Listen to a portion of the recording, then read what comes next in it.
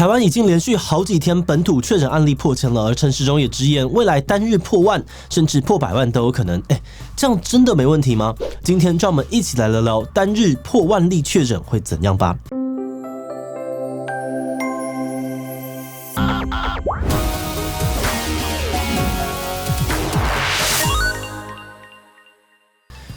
Hello， 大家好，我是志祺。最近台湾本土的疫情又在爆发，而到了4月18号为止，今年已经有11000多人确诊了。那陈时中也表示，这波疫情会是一场长期抗战，目前是发展初期，接下来数字一定还会再往上走。不过，对比去年本土疫情爆发时，政府各方面的这个防疫限制都变得比较宽松了。那虽然没有强调共存，但政府确实有定调说，现在已经放弃全面清零，要在正常的生活的前提下面去防疫。而此外，民众的情绪也跟去年有差，好像没有那么的恐慌了。比如上周的阿妹演唱会也是照样场场爆满，民调也显示有将近60%的人认为防疫规定应该要逐步放宽了。可是还是有很多人会怀疑，我们过去那么认真防疫，不就是怕大规模感染会压垮台湾的医疗资源，害很多人重病甚至死亡吗？那这些问题现在真的都不用担心了吗？那在开始讨论这些问题之前，还是让我们按照惯例先进一段工商服务时间。你常觉得跟别人谈事情的时候，总是被牵着鼻子走，达不到想要的目标吗？如果你有这样的困扰，那就不要错过今天要介绍的刘碧荣的制胜谈判思维课。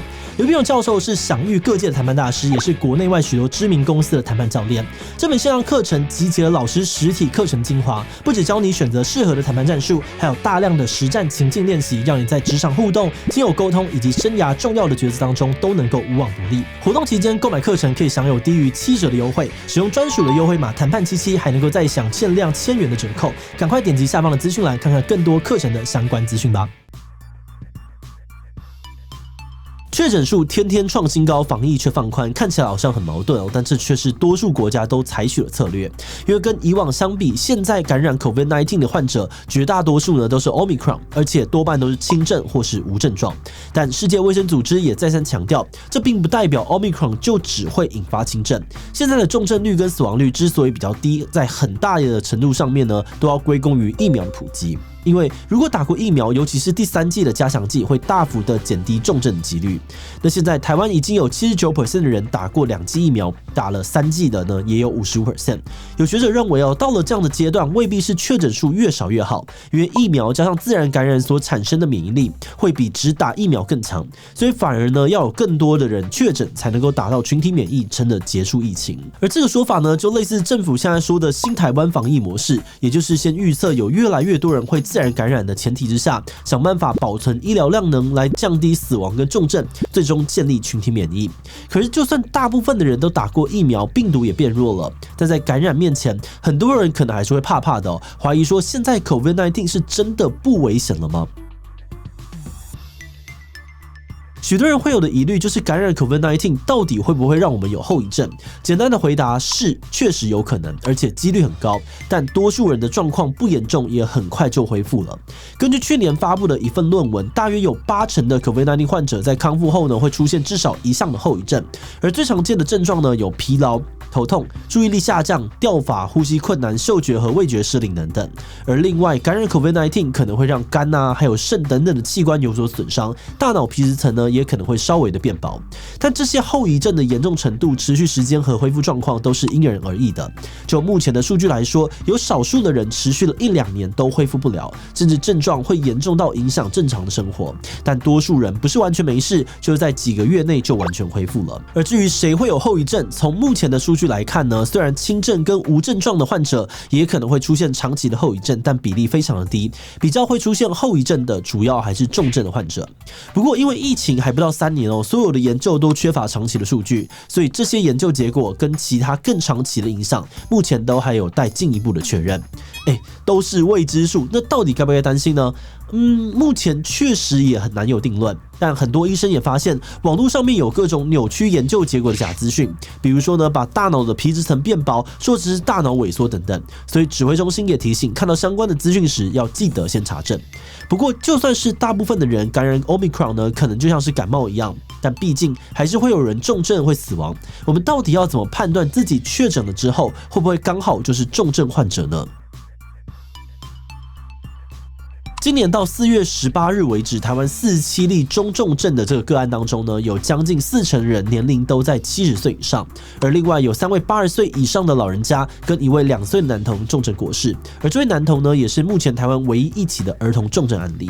那目前感染 Omicron 的儿童，绝大多数呢都还是无症状跟轻症，但6岁以下的幼儿，他们的免疫力确实比较差，容易发烧，也还不能够打疫苗，需要多加的注意。在很多国家，儿童感染 Omicron 住院的几率都比以往还要高，但重症死亡的几率变低了很多。以美国的数据来看，今年重症死亡的个案当中，超过99% 都是成年人，而且呢，几乎都是越高年龄层，重症死亡的人数就越多。医学界普遍认为现阶段要完全避免重症患者死亡，恐怕是不可能的，所以重点呢还是要拉高整体，尤其是老人家的疫苗施打率，才能够尽量的把伤害减到最低。以今年初爆发 Omicron 的香港跟韩国来看，虽然感染人数都一样暴增，但重症率跟死亡率却很悬殊。那这个差距的一大关键就在于年长者的疫苗施打状况。当时香港80岁以上的年长者施打疫苗的比例非常的低，但在韩国呢，有90%的长者都已经打满3剂了。而至于台湾呢，大概有71% 的长者打过2剂疫苗，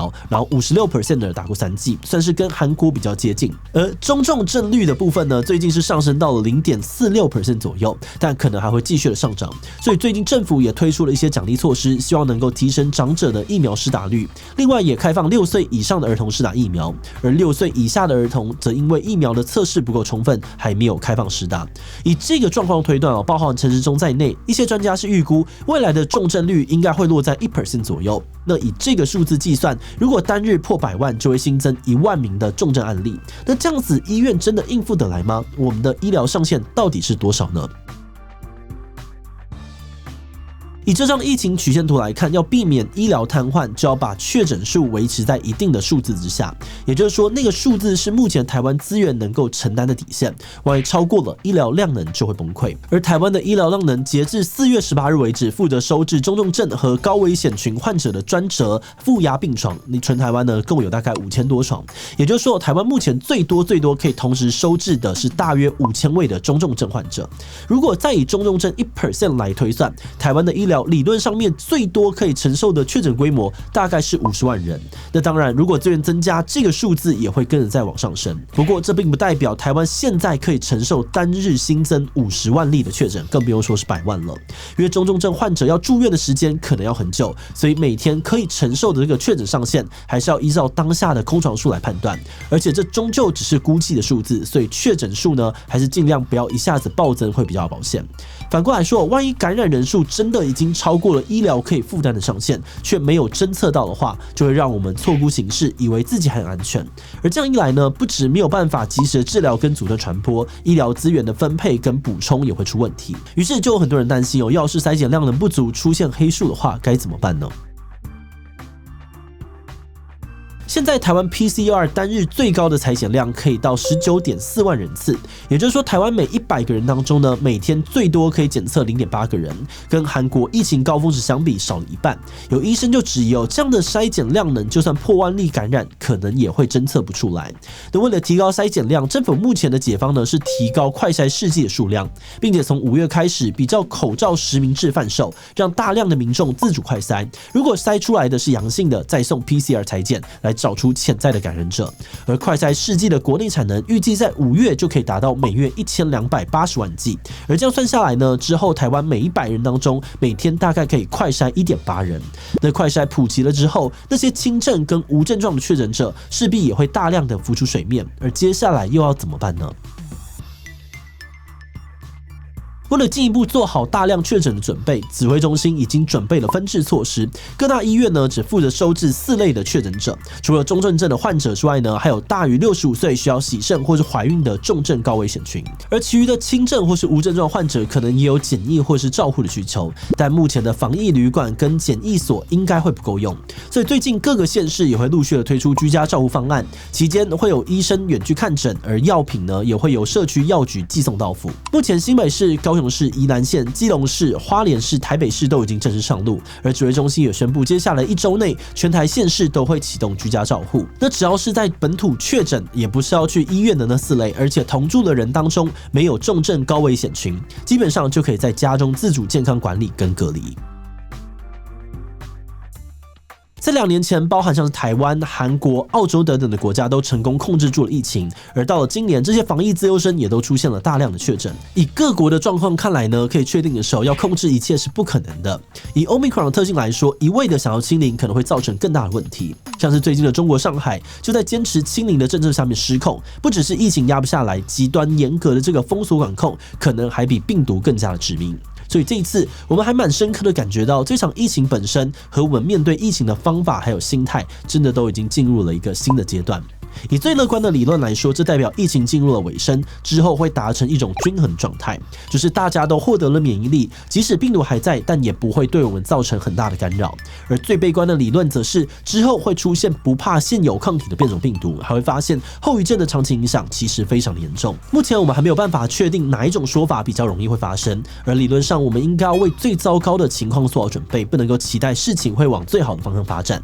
但包含我们自己，看着现在每天增加的数字已经越来越麻木，看着政策越来越像共存，好像也觉得这是应该的。可是，一回头看到家里年纪大的长辈，或是太小没有办法打疫苗的小朋友，心里还是会比较焦虑。那我们自己想了想之后呢，觉得这样的矛盾感其实也算是很正常的。毕竟我们之前总是在追求加零，而现在一口气要面对这么大的改变，有蛮多地方确实都需要调试。而除了政策要调整，连自己的心理情绪也需要调整。有心理专家就建议适度少看一点点重复的疫情新闻，保持充足的睡眠和适度的运动，可以减少焦虑和忧郁的产生。那如果心情真的有比较大的波动，比如像是心悸或是严重失眠，也建议寻求身心科或者心理师的专业协助。那在这段过渡期呢，不论是疲乏多还是焦虑多，还是建议大家继续的落实防疫和疫苗接种。过去的2年来努力，让我们比别人多撑了一段时间，就证明每个人的自发性配合可以有很大的效果。所以就让我们继续做好该做的事情，继续保护自己跟家人吧。好的，那今天的七夕追气令呢，就帮大家整理到这边。我们会持续的追踪疫情的相关进展。如果你想要锁定这系列的节目，请订阅我们并按下小铃铛，也欢迎分享出去，让更多人知道台湾的确诊数破万会怎样。此外，也可以点击这个地方看看 Omicron 的详细剖析以及其他疫情追气令的系列影片。那么今天的七夕追气令呢，就到这边告一段落，我们就明晚再见喽。